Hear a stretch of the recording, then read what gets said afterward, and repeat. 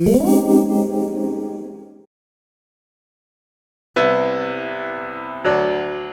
back to Fast Gadgets. We're in my den, so I've actually been doing some work on one of the extra rooms I have in my house, and I now have my new den nice and clean for the most part and organized. I have half of it and then my wife has the other half, so I'm able to do some shooting in the house. I've got my studio lights all set up and everything's really nice. What we're going to talk about today, I've got a computer here that I ordered that is actually a refurbished unit. This one came from Best Buy. This is actually a MacBook 12-inch. I've always wanted one of the 12-inch MacBooks just for the fact that it's so incredibly light, but I didn't want to pay full price, so this is the 2015 middle model, so it's the 1.2 gigahertz Core M processor, I believe it's called. Is it called the Core or just simply the M? Anyway, we're going to talk about that. So without further ado, let's get this thing open and we're going to find out how good is a refurbished computer and is it worth purchasing. All right, so here we have the box. Let's see how long we can get. My battery's a little bit short of energy. Well, check that out. I was going to use my X-Acto knife, and there's a tiny little tab there, ready to tear off. So I have no idea what to expect in this box, and that's why I'm doing this video. I thought, you know, we really need to check this out and see how good a refurb is and whether it's worth getting. I don't even really know if inside here I'm going to have the original box, whether this unit's going to have scratches or what will be the situation, but we're going to find out.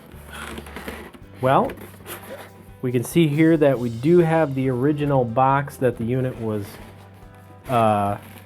shipped in, so I'm going to slide that out. Now, nothing on the top, no label or anything like that, so I wonder if this is like an aftermarket box. It does say MacBook 12-inch right there, and this is the 2015 middle range model, and it is the silver model, and it was considerably less expensive. Now I'm going to cut this right here just to make life easier for me and well, you too. And we're going to cut this here. Whoops, don't want that X-Acto knife cutting me. Alright, so it looks very much like the Mac box. It's just got a generic cover, but there we have the 12-inch MacBook. And it's got a little tab here to lift it out. So I'm going to lift it out. This might have been the original box. It's just the original box didn't have the Mac logo on it. Hard to say. Maybe some of you will know. So it's got the original plastic here or a new one. And let's see if it's, yeah, it is sticky there, so I suppose theoretically it could have been resealed. And pulling it down and out. You know the drill. I'm going to set this aside. And nothing too... And I can see that it looks like this plastic here had been opened before, so you know it's a refurb, it makes sense. But I don't know how they roll that so perfectly. I mean, that is exactly a nice, tight, perfect roll. And I can't really tell for sure. It looks like it may have a little extra dirt on it, like it's been used. And then, of course, we have the stickers here. Let's see if there's actually any stickers in here. You can see, you know, some marks on the paper, like it's been used. Okay, this is empty. Nothing inside it anymore. And we'll pop the charger out. Charger has no plastic on it. Kind of what you would expect for a refurbed unit. And I see looks like a little bit of dirt on the bottom there. No scratches on it that I can see. But this computer originally would have cost $15.99, and I got it for $8.99. I would not pay $15.99 for this unit, not even a chance. I mean, there is the newer model that's available, 2017, but the whole reason that I got this particular model was really the fact that I can get it for less than $800. I had a coupon I used, and I got it, or I mean less than $900, my apologies. Less than $900. And I'm going to look closely now. There is not one scratch on this unit. Makes you wonder what they did for the refurb. Nothing on the back, in perfect working order. The front looks beautiful. Now, I did opt for the silver. I like the original silver. That's actually the color that I like most. So we're going to put the charger aside here, and I'm going to open it up. It should have the small paper inside. It does. It makes you wonder if Apple refurbishes this or Best Buy does the refurb. Now, I keep everything. I talked about this with the MacBook Pro that I unboxed.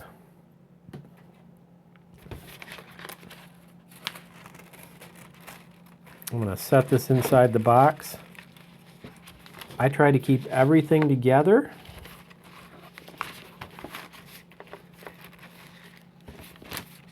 If I choose to resell this, which, you know, probably in the future I might, or I might pass it on to my niece, I'll have everything I need. So let's take a look at the inside. Perfectly clean. Not a single mark, dent, or scratch anywhere on this unit. Very impressive. We'll flip it over and look on the back. I'm going to put it close to my eye. Model A1534.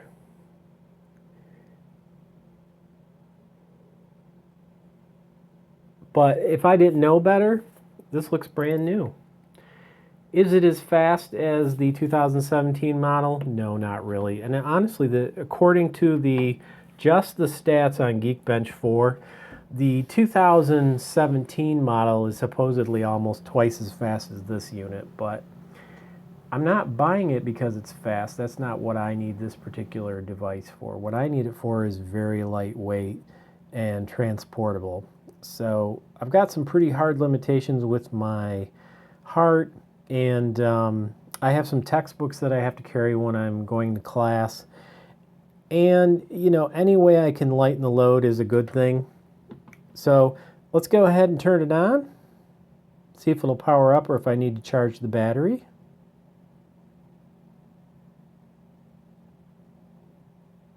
Gonna try one more time. It's hard to say how long it's been sitting. It could have been some time before it actually saw a charge. Or it's just broke. You never know, right? All right, so this is very sticky. I'm going to tape that back up and hang on to that. But let's get this thing plugged in. All right, let's power this thing up, see what we get.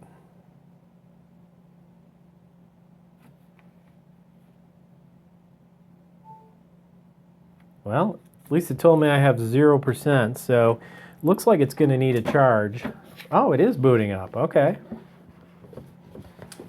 So the charger's working at least. I know that much now.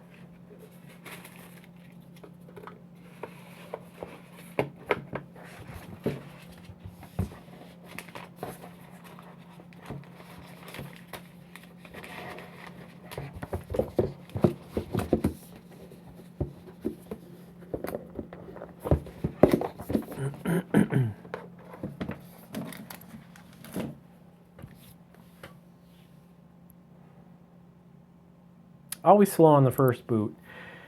So one of the problems that I personally see with modern computing today is people are convinced they have to have the latest and the greatest and the absolute best of everything. And most of the systems that I buy are middle of the road, older models, refurbished, used. It really can vary. And I've never really had a problem with used computers or refurbs or any of those types of systems. Okay, so To use English for the main language, press the return key. wow. All right, I'm going to try and get a better angle for you here. English will work just fine. Anyway, yeah, I don't think we need to have the latest and greatest technology.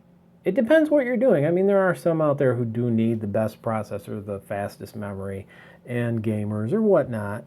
I can understand all of that, but I don't.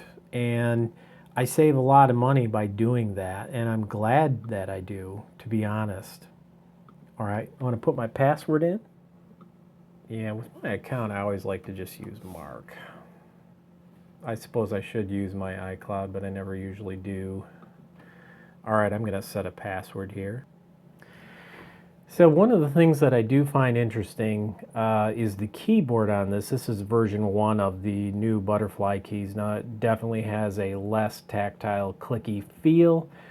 I don't think I'm going to have any problems getting used to that. I think it's going to be something that it'll just take time for me, but shouldn't really be an issue to get used to. I was clicking on the keyboard, and it is a little different than my MacBook Pro. It's just not as tactile, but again, I'm paying half the price for this unit that it normally would be new, and you know, there are some trade-offs. That's one of them. Of course, the other big trade-off everybody's talked about is the single port. But what I've found out with my MacBook, there really isn't a big issue as far as trade-offs with only having USB-C ports. I'm actually able to manage that very well, so it hasn't become an issue for me. Closest city to me anyway, Detroit. I'm not going to send diagnostic data to Apple. Is my MacBook Pro 2017 model faster than this one? Oh yeah, a lot faster. Will it be an issue for me? No. Now yeah, this unit is not going to be as powerful as my old, or rather my MacBook Pro 2017, but that's not the issue. That's not why I bought this unit. The main reason that I have this unit is so that I can carry this to work and carry it to school, take it with me when I go places, and I don't have a system that's as heavy as my Pro. So this one's currently running El Capitan. I probably in the future will update it, but because it's still supported, I'm really not in that big of a hurry to do an update. I know many of you are really gung-ho to do that, but so I've got the 12-inch early 2015 with a 1.2 gigahertz Intel Core M, but it can turbo boost, I forget what it is, something like 2.5 gigahertz. It's got the 8 gig 1600 megahertz DDR3, 5300 Intel HD graphics. If this thing isn't powerful enough for me, will I worry? No, I'll just go ahead and take it back. But I don't think that's going to be an issue for me. I mean, you got to consider the fact that I'm still using my 2008 MacBook Pro to do all the things that I've been doing on that. And the 2008 works perfectly fine. You know, I can watch high definition video on YouTube. I can surf the internet. I can do my email. I can even edit small movies on iMovie. So this one is far more powerful than that 2008, and it is going to do the basics that I need it to do. So it is sufficient for my needs. and the cost is far less. So that's going to work really well for me. One thing I really do like, this unit, the screen is absolutely beautiful. I cannot believe how bright and just crisp the screen is. I was thinking, you know, I'll probably have to change the resolution because for me, unfortunately, it's going to be difficult for me to be able to read that text. But even from this distance, and I'm farther away than the camera is, I can read the text from here, and my eyes are not that great. It looks really good. So let's have a look and see what the default res is set for. I'm going to cruise into System Preferences and go to Displays. And it's at default for display, so I honestly don't know what default is. Okay, so that's default. If I wanted to, I could go way smaller. See that right there? I don't think I need to do that. But that one works for me. Do I need to go larger? No, even for me, that looks really large. And then the largest, you know, someday when I can't see very well, I guess that might work out. But for right now, the default's perfectly fine. So I'll just change this back to default display, and that will work fine. I'll probably do system updates. The battery's obviously really, really dead. 305 till full. Let's do show percentage. So I literally have a whopping 1%. I don't know if it would actually charge faster with the USB charger from my MacBook Pro, but I'm not really going to try it. I'm not sure if that'd be a good idea. So before I do something like that, I usually like to do research and see what I'm dealing with. But overall, a pretty good unit. I'm going to pull out the MacBook Pro, and we're going to do a little size comparison and have a look at the two together. All right, here is the MacBook Pro 2016 next to the MacBook Pro 2017 next to the MacBook 2015. And you can see that the Pro is definitely much larger. Now, on this one, I do have a plastic case, which I'm going to show to you. I'm going to go ahead and close this. And this plastic case protects the unit from any scratches and actually is really nice. I have one for the MacBook as well. One of the things I like to do, you know, in taking care of my systems is making sure that it is protected. So I'm going to pull that case out right now, and I'm going to show you what it is. Now this one, I believe, is the same as this one, except it's for the Pro. It is the Moyu Case, and it's just a two-part case, and it looks like, see, they have the feet actually off and you stick them on yourself. Usually the feet are already stuck on, so they do have the feet on. It's just that they give you extra feet, which is actually very nice. But you can see the cover is basically exactly the same as the one that's on the MacBook Pro here. So it's pretty easy to snap on. I usually start with the front here, like so, and then on the back, you just push these two tabs in place and it clicks in place. And you can always tell which one's the front because it has a cutout here to fit on the unit. I really like the hard cases because they don't really make the unit any thicker, maybe a few millimeters, but it definitely saves the unit from being scratched or dented or marred. So it's a fairly glossy, shiny cover. You can see all my lights in the background there. Now this one, looking at it, I'm trying to think. Yeah, this one definitely does go on a certain way, so we just want to check it.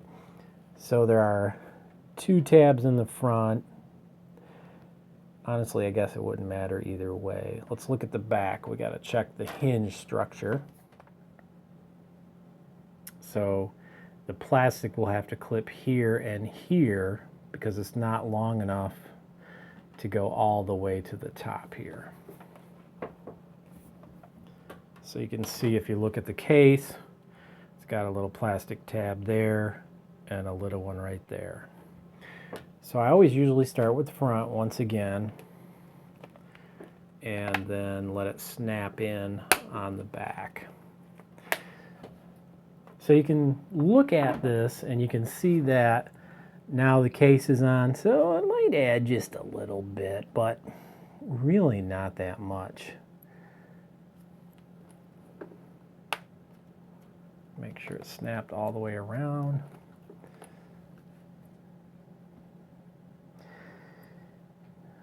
It's not so much that they bother me. And it will protect that unit and keep it nice and clean.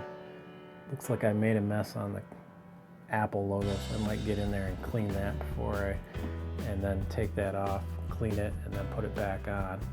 So I have the same one on here, and it's actually beginning to get a few scratches. So obviously, if I had not had this case on, I would have begun scratching the unit itself, and that's the last thing I want to happen. All right, here are the two units side by side, and if I place this one on here, we can see how much more small the Pro is, which works out perfectly for me.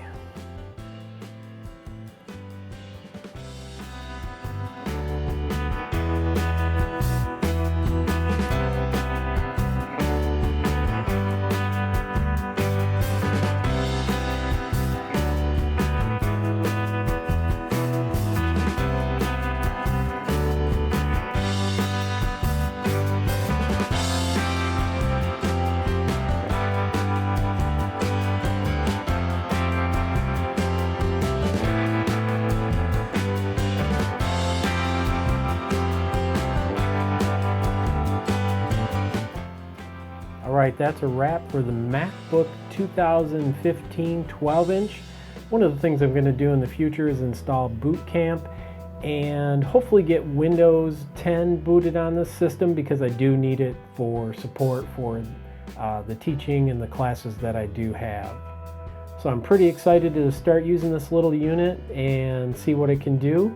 I'm going to do some benchmarking as well in future videos, so stay tuned, and I'll see you next time on Fast Gadgets.